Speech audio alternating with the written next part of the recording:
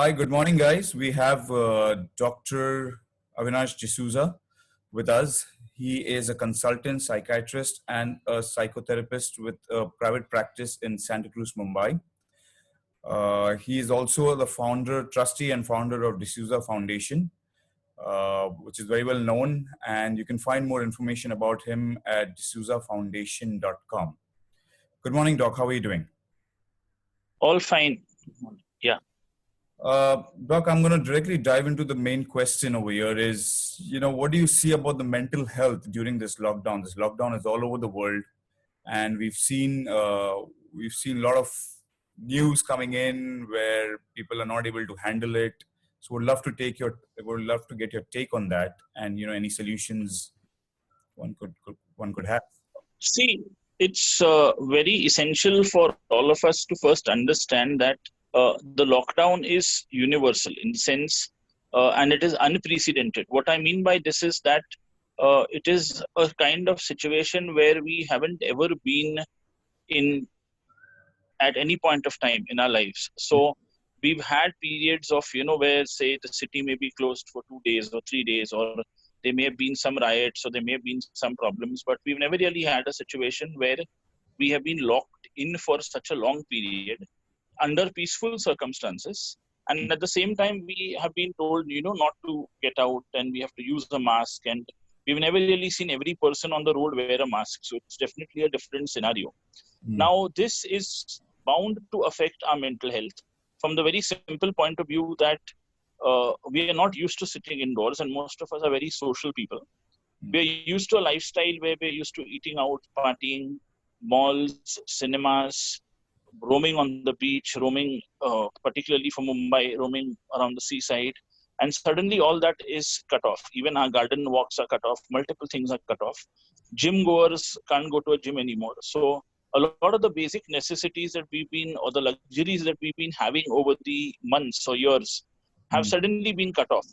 Yeah. So it would affect mental health. And I think when it talk about mental health, there are 2 or 3 facets to understand. One is we would see a lot of new cases. So people who get depressed, anxious, worried, petrified, bothered, etc. because of the lockdown and post the lockdown. And the fear of the entire COVID-19 situation. Will I get the infection? Will I get admitted? Will I get quarantined? What if someone nearby gets an infection? So those fears. The second component is a group of patients who are already under psychiatric treatment.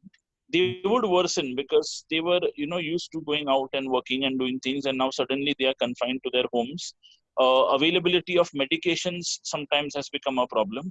So you see a relapse in their psychiatric condition. So that is something which will also come up.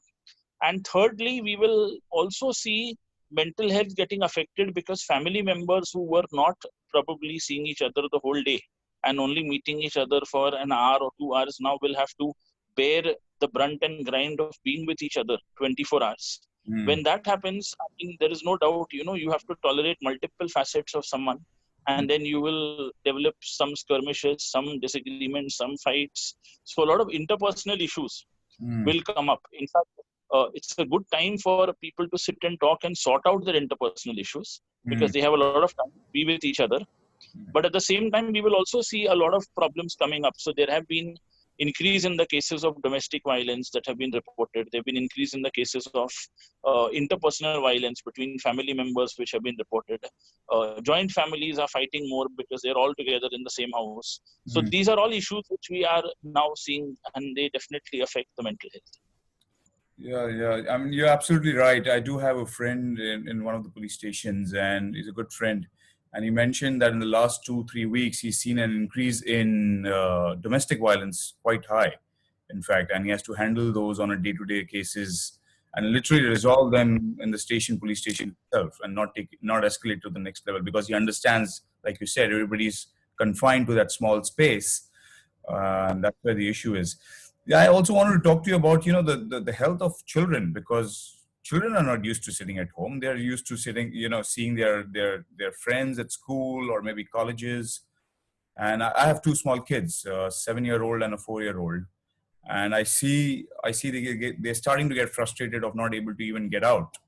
My daughter, in fact, made a small message to Modi ji saying, "Please get rid of Corona," as she believes that Modi ji can do that. So it's those kind of mental health issues can also come up in children. How do you see, one should handle them?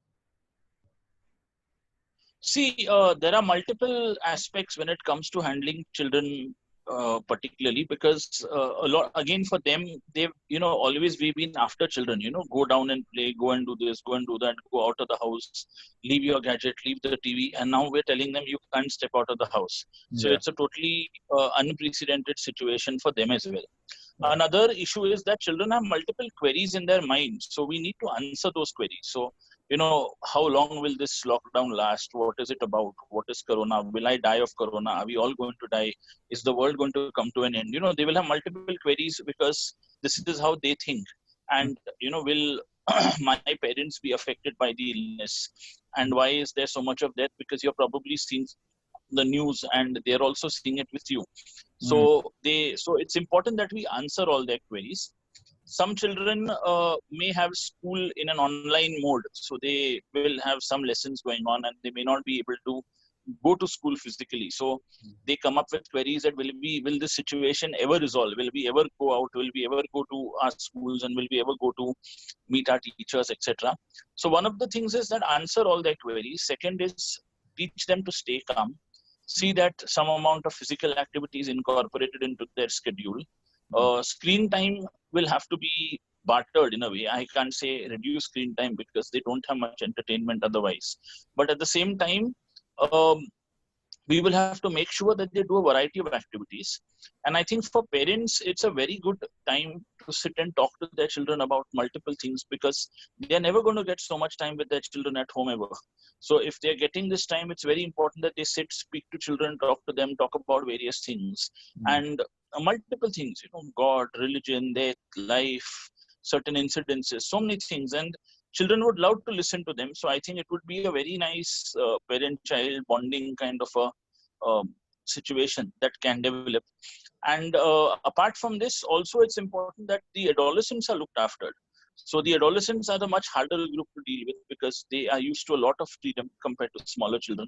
And suddenly they can't go out, they can't meet their friends, they can't go to college, they can't go to school. Boyfriends and girlfriends who are in a relationship and which is hidden from their parents again are in a mess because they can't really talk much or meet much or even video call much because parents may approve or disapprove of what is happening. Yeah. So those are things which are there. And apart from that, I think the other issue is that children have to be made to feel secure that, don't worry, the situation is going to get okay. Give them positive hope rather than giving them negative hope and tell them that, we are all going to come through this and we're all going to be able to, this is all happening only so that your generation, remains protected and something good for your generation develops. And I think parents have to tell children that, we have seen everything. I mean, if you look at, Avinash, your generation and my generation, what happens is, I mean, what all have we not seen, if you ask me? Okay, I think we were in the 10th standard and we had the 92, 93 riots and, we had been through that. We've seen the 92 bomb blasts. In fact, I remember vividly, we, missed a board exam which happened after that, during the middle of our 10th that the board exam, the bomb blasts happened, so that was there. Then apart from that, the 93, the riots happened immediately after that. Then we had the train blasts in 96, which, we saw. 2001, we saw the terror attacks. We've seen the July floods. We've seen the Taj terror attacks. And I mean, we've seen demonetization and now we've seen the pandemic. So technically, I mean, we've come out of every situation quite resilient. So I think we have to incorporate the same resilience into our children, telling them that, ye bhi dekh lenge. I mean, we've managed so much that we will be able to see it. So I think if we give them strength, they will feel stronger. Do you suggest any, I keep hearing about go out, go in the sun in the morning, it feels a little fresh in the morning, just for everybody. It's not just for children. Do you think that should be a case as well? Like, just get some fresh air. You have a sort of terrace where you can go out and you can talk to people and you can. Doctor, you're not audible.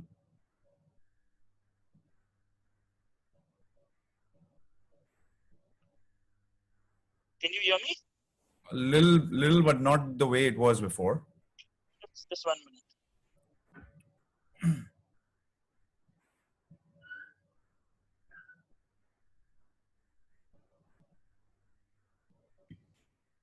Yeah, doctor, I can hear you now better. So, see, I feel if you're lucky enough and you have an open space in your compound or in your terrace that you can go to, do go. I mean, but then what has happened today is that I think most buildings and most societies have blocked access to their open spaces. So, societies which have a swimming pool don't allow it. Societies which have a garden have said people cannot all walk down. Societies that have a terrace have also restricted access. So I think if societies can think of smaller societies where there are less number of flats, a time-bound limited access, of course, can be done. But I would still say it's little difficult because we don't know who all are going on the terrace and what infection anyone might get. So that fear is always there. But if you can stand in your own balconies and get some amount of sun, I feel that's something which you should do because it's good. Again, like people say, should I meditate? Should I do yoga? I always say it's a very personal choice. So there are some people who would like to have loud music and dance. There are some people who would like to meditate. There are some people who would like to jog. There are some people who like to walk.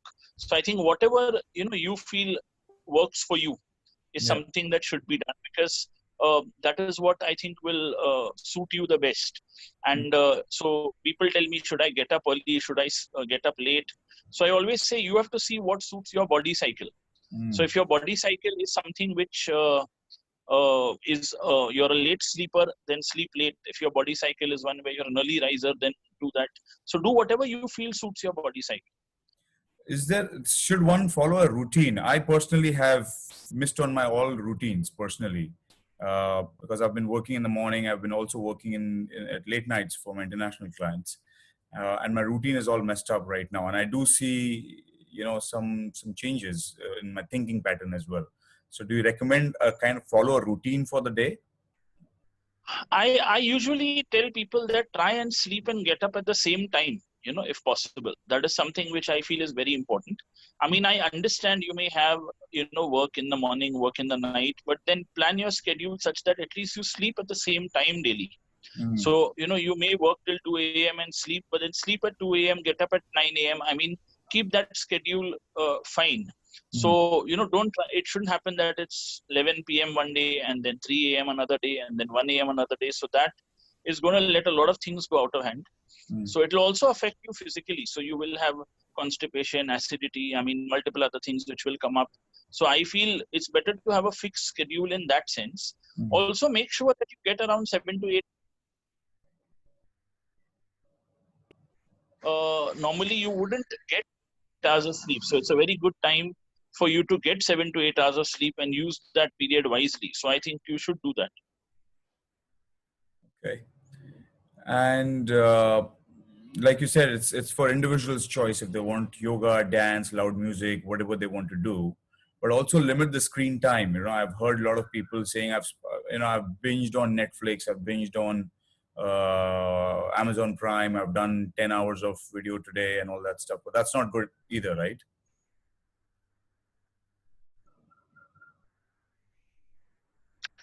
See, it depends on how you're doing it. So, if you have a good your eyes, fine. But if you're going to do it on your phone or on your iPad or on your tab, then obviously it's going to strain your eyes. So you have to see how you want to do it, and you can do it in parts. So you may see a movie in the morning, see a movie in the evening, but you need not be seeing a movie 10 hours on the trot. So if you're doing that, then obviously you're going to have problems. And particularly with Netflix and Amazon Prime, I don't have anything against any channel, but I always say that, the desire for you to see what's going to happen in the next episode is what keeps you going, because they end the episode very nicely that you crave to see the next. So the whole aim is that, then you end up wanting to finish the whole series at one go. Is there any other recommendation, doctor, one should follow, one should do? I think there are other special populations that have to be catered to. So one of the most important people that have to be looked after during this period is the elderly, because many of our elderly are having children abroad who haven't been able to come back to them. and they are staying alone. So it's important, and they're not allowed to go out because the government directive says that they have to stay indoors because they are more susceptible to the infection. So I think people in housing societies have to get a little proactive and, see that the elderly feel safe and secure. The youth have to try and make them feel safe and secure, see that their basic necessities are fulfilled, see that their medical needs are fulfilled, see that they're not having a mental health problem. Another thing which I feel most of the youth have to do is try and get the elderly into a digital literate mode. So, they can then communicate with their children who are abroad. Because I think one of the problems many of them are facing is, I don't know to use Zoom, I don't know to use a video call, I have never done it. So, and now I'm, forced to do it. So I don't know how the Wi-Fi works, and so multiple problems that they face because they are not born digital, and neither have they been digital all their lives.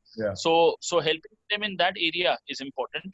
Seeing that their basic necessities are fulfilled is something which is very important. And the most important facet is that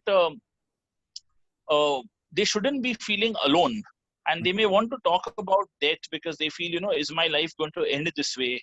And they may want to talk about multiple things, and their worries are we ever going to see our children again? Will we ever be able to go abroad, or they will be able to come here? Will we survive this pandemic is what worries many of the elderly. So that is something which we need to talk to them about. The same goes for pregnant women, because a lot of pregnant women must be facing a lot of problems during this period. So, they are worried about the delivery, the child coming out. What if I contract COVID during my pregnancy? Will it affect the baby? I mean, multiple worries. So they also need to be handled and put at ease. So these are things which I think, also are special groups of people that need to be looked after.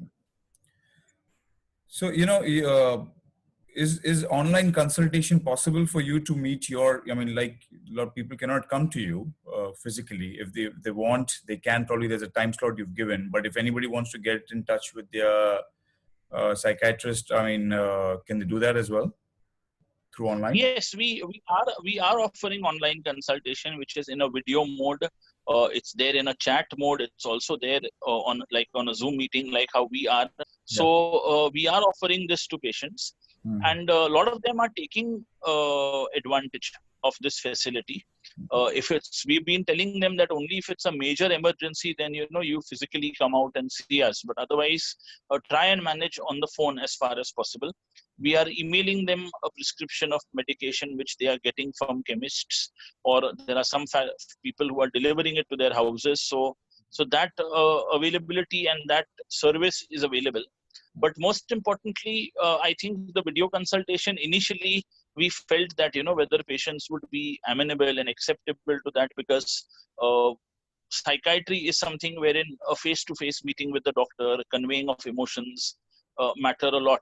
But I think now, considering the current situation, at least people feel, one of the things a lot of my patients tell me is that, even if we see you for 5 minutes, we feel good, we feel secure. So, we would love to video call you and just, see you and talk to you, so that, we feel at ease. Okay, I've seen my doctor and, things are fine. So from that point. Yeah, okay. That makes absolute sense. Hitting on the last topic, I've heard a couple of my own cousins who are elderly. They're very worried. They're saying, well, if we die because of COVID, it's just the mental health which they're going through. Nobody is going to come and take our body as well from the family. So that also is a worrying part for them.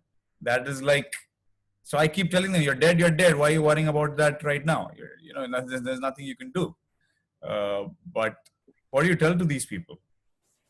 See, in India, what happens is that death is a very religious, sacred, psychosocial phenomenon. So if you die, the whole concern is I need to be sent off very well.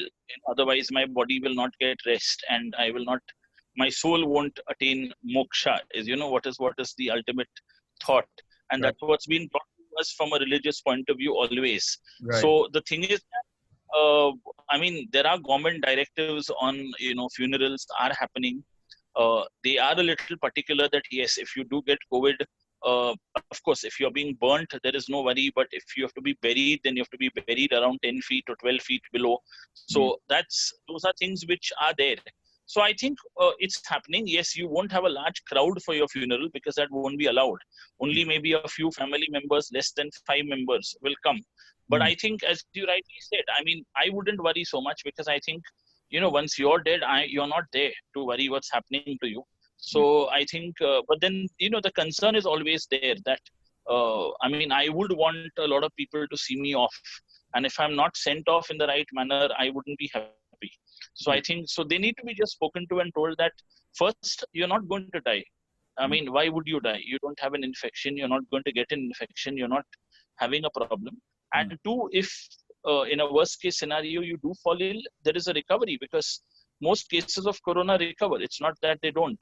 I mean, deaths are there in 5 to 10% of cases, but otherwise recoveries are quite large. So why should you, worry about death immediately? Now, going to the forward question now, probably the last question of the session. If things go back to normal in a slow, staggered manner, what should one do mentally? Let's just say I want to go back to work. It's not going to be that easy to, start right away, right? Is there a planned manner how one should handle that? I think that you start in a gradual way because, you're used to a certain form of working at home. So maybe you start with 2 days a week or 3 days a week to start with, get into the rhythm and then get into a 6-day week schedule. I think that is what would help. What is also very important is that you keep in mind that this is when the lockdown started, we were worried how will we get used to the lockdown. Now I think we're fairly adapted to it. And I think the same way we'll adapt to work again. I mean, we are very adaptable as a species. So I don't think, that's so much of a problem at all. And so I think adaptations will happen. We've always adapted all our lives. And that's what the theory of evolution also tells us. We adapt to changing circumstances. But I think the message that I will give out to people is mainly 2 or 3 things. That one is that I think once we go back to a normal life, we will probably value the life, the freedom, the luxuries we have a lot more. Because, we will realize that, how tough it was without them and how, we had taken all these things for granted. So we'll probably value that a lot more. And another small message that I would also like to convey to the general public is that a lot of, there have been incidences of, many cases of, say, violence or aggression against healthcare workers that have happened. May not necessarily in Bombay, but from multiple quarters of India. And one of the things that, I am not a corona frontline doctor. I'm a psychiatrist, so I don't necessarily deal with frontline patients. But one of the things I just want to tell people is that please understand this, that, if doctors are trying to quarantine you or if doctors are trying to probably detect you, whether you have COVID or not, and take you somewhere for help, they're doing it for your own good and they don't get any sadistic pleasure in doing it. And these are government doctors who are paid by the government. These are not people who are private practitioners, and these are not people who are trying to make money out of you. They are, in fact, exposing themselves to a lot of risk while working for you.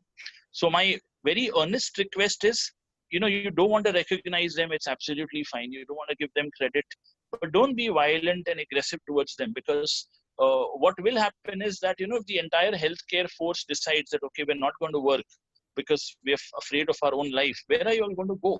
It's something which is, very important. And my message is that, we've always been a very non-violent lot, and we will continue to be. We don't intend to go on strike, or we don't intend, because we know there are a lot of genuine patients who will suffer. So we've never ever done that. And the doctor profession is a very humane profession. So even in this period, we have seen a number of people free. We've seen a number of patients free. We are helping a number of NGOs. We have not bothered about our fees with many patients. If they've said, doctor, I'm having a hard time and I can't pay you, we've said, it's fine. You come, take the consultation and go. So please, at least, do not get aggressive and violent. And, like the incident, there have been a few incidences, particularly a huge incident that happened in Chennai where, the doctor didn't get a decent funeral. It's been in the news. There have been so many incidences. My only request is that, don't get violent against doctors.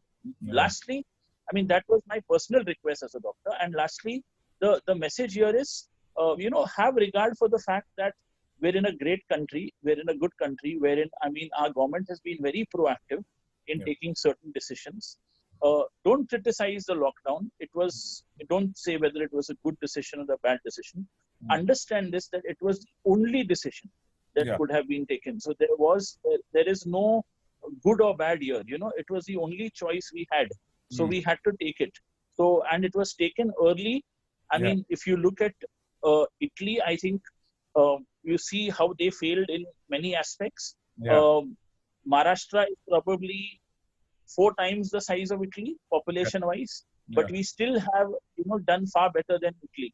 So I think, we have to respect the fact that a lot of proactiveness has happened by the people in power and our government, and that is why we're probably, leading a very safe life today. And we should cooperate with them further as well. Yeah, because I just read in the morning that we are officially in stage 3 right now. It's a community widespread. So this lockdown may continue, for a couple of weeks more or maybe months more, I think, right? And that's right. And that's something which that also would bring to me is, I'm sure after this session, I'm going to get a lot more questions specific to individuals as well, which I would, bring it together, and would love to do another session with you as well. I don't want to make it too long because it gets boring for everybody to watch the whole session. Definitely. But do you think there's going to be a lockdown extension, just general public? Okay, my whole thing is that, if the extension happens, we have to accept it. We can't, say why and what. So, let's brace ourselves and face it. I mean, if let's say it doesn't happen, fine, then there will be norms and rules put in. We'll have to follow that. I would tell people, I mean, see, you're very lucky. You're staying in your house. You are getting most essentials as far as possible, which I think are freely available. There are people who are even in the lockdown delivering gas, essentials, to vegetables, fruits to your doorstep. So, we are very lucky that way. And the most important thing is that, we are not in a situation like a tsunami or a hurricane where, everything is washed away. We are very much here. It's just that we just have to be indoors. Right. So, they're not asking you much. They're just asking you to be indoors. I know it's a bit, it's easy for people who have maybe 3-bedroom, 4-bedroom flats to stay compared to those who are probably locked in a 1-room flat or whatever. I understand that. But the important thing is, nevertheless, I mean, we don't have a choice. So, we have to make the most of what we have. In fact, I remember somebody phoned me and said he's having a lot of problems with his parents and he's locked in now with them. So the problems are more. And I told him, this is a very good time for you to sit them down and probably sort out your problems, rather than fight more. And, because you all have 8 hours in the day to listen to each other. So why not, talk and tell them very frankly. You never know, a solution will just come off. Right. Yeah. By talking to each other, listening to each other is probably what you're asking them to do. Dr. Avinash, I really appreciate your time. This is fantastic. I'm sure all the viewers would love to, ask more questions. I would love to do another session with you once we have those list of questions as well. And, thank you and stay safe. Definitely. Take care now. Bye-bye. Bye.